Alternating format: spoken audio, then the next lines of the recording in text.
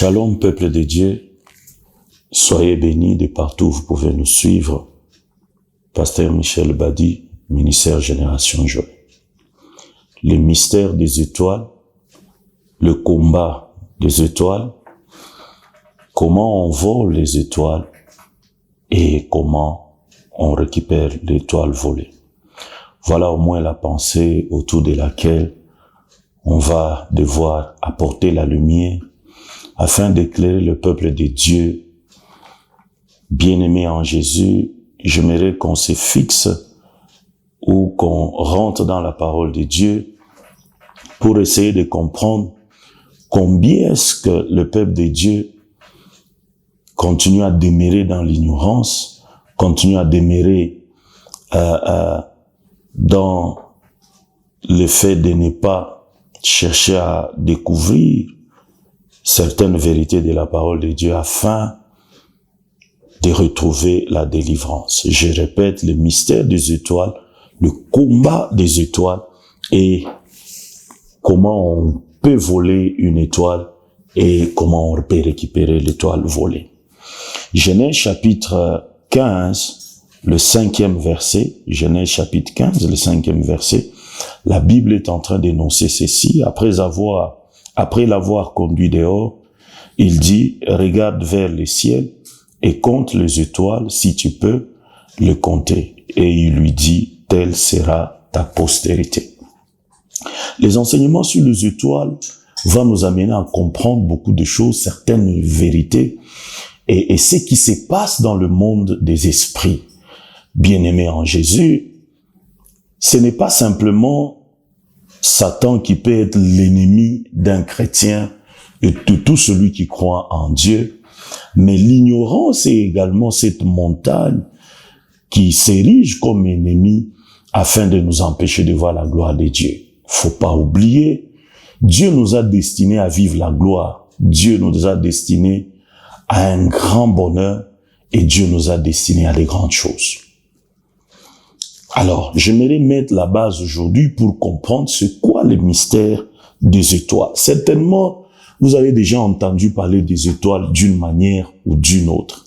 La science parle des étoiles, la géologie parle des étoiles, et tous ceux qui font certaines sciences parlent des étoiles. Mais la Bible aussi, l'astrologie parle des étoiles, la Bible également parle des étoiles. Si nous voulons aborder les langages des communs des mortels, vous allez vous rendre compte d'une chose, qu'on parle par exemple des restaurants étoilés, on parle des hôtels étoilés, 5 étoiles, 3 étoiles, 7 étoiles et j'en passe. On parle des chefs cuisiniers étoilés, c'est-à-dire des gens qui ont un certain prestige. Même si on parle des hôtels et des restaurants étoilés, ce sont des restaurants et des hôtels qui ont une certaine réputation, un certain prestige. Vous allez également voir sur certains maillots de certaines équipes nationales, surtout les pays qui ont déjà remporté la Coupe du Monde, vous allez voir que sur leur maillot, on est en train d'accompagner ou de mettre des étoiles, signe d'une certaine élévation, d'un certain prestige par rapport au nombre de fois que tel ou tel pays a déjà remporté la Coupe du Monde. Ça, c'est la manière dont le commun des mortels voit les choses. Et quand nous rentrons dans l'armée, vous allez voir des généraux ou des généraux qui ont autant d'étoiles, comme Galon et j'en passe. C'est pour montrer leur niveau. Dans l'armée, on peut être des généraux, mais tout le monde n'a pas le même niveau. Toutes ces choses, nous les voyons clairement dans la parole de Dieu. Toutes ces choses ont aussi une explication claire dans la parole de Dieu. Alors, quand on parle d'une étoile, on voit un certain symbolisme. Quand on parle de l'étoile, que ça soit dans différentes disciplines, et quand on parle de l'étoile, on sous-entend la brillance, l'éclat, la distinction, la réussite, les succès, la réputation, le bonheur, la grandeur, la gloire, et j'en passe. Ça, c'est ce qu'on peut retenir par rapport à une étoile. Mais la parole de Dieu également vient nous éclairer là-dessus. J'aimerais mettre les bases afin que quand on va décoller, que quelqu'un comprenne de quoi est-ce qu'il est question. Je viens de lire Genèse chapitre 15, on voit que Dieu qui parle à Abraham, mais Dieu lui révèle quelque chose quand il l'amène dehors. Il dit, regarde dans le ciel, si tu peux compter les étoiles. Mais ce qui est important, Dieu lui dit, ta postérité sera comme les étoiles du ciel. Donc, la postérité d'Abraham était comparée aux étoiles du ciel. Pour dire que Dieu considère toute une lignée, tout un peuple comme deux étoiles. Et si je vais encore loin, Genèse chapitre 22, le verset 17, la Bible dit, je te bénirai et je multiplierai ta postérité comme les étoiles du ciel et comme les sables qui est sur le bord de la mer, et ta postérité, possédera la porte de ses ennemis. La postérité est considérée comme également des étoiles, C'est-à-dire, la postérité d'Abraham devait avoir une certaine révérence, un certain prestige. Cette postérité devait être différente des autres postérités. La postérité d'Abraham devait vivre le bonheur, la gloire, la grandeur, la richesse, et j'en passe. Plus loin, on va voir également que Genèse chapitre 37, le verset 9, il eut encore un autre songe, il le raconta à ses frères. Il dit, j'ai eu encore un songe, et voici le soleil, la lune, et 11 étoiles s'est prosterné devant moi. Les 11 étoiles sont considérées comme les 11 fils de Jacob. Également, le 12e, c'était celui qui avait fait ses rêves. Alors, les 11 là étaient considérés comme des étoiles. Bien aimé, l'étoile, on ne la voit pas sur la terre, mais l'étoile est fixée dans le ciel. L'étoile doit briller dans le ciel. Quand nous rentrons dans le livre de Genèse, parmi les luminaires, Dieu a créé le soleil, la lune, mais il y a également les étoiles. Et quelle était la mission de présider au jour?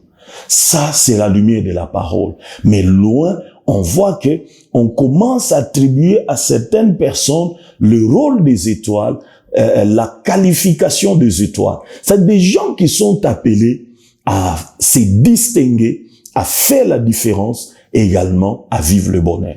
Je viens déclarer dans ta vie, toi qui vas m'écouter, tu es une étoile.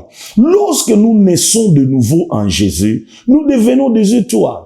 Pourquoi? Lui-même, Jésus est l'étoile brillante du matin. Or, dans le livre d'Apocalypse, il est écrit, à celui qui vaincra, il lui sera remis une étoile, l'étoile brillante du matin. Job également vient nous donner plus de lumière pour nous dire que les fils de Dieu, ce sont les étoiles brillantes du matin. Les fils de Dieu, ce sont les étoiles brillantes du matin. Donc, ça devient clair. Tout celui qui est en Jésus, tout celui qui est né de nouveau est considéré par la parole de Dieu comme une étoile. Là où tu m'écoutes, je te bénis parce que tu es une étoile.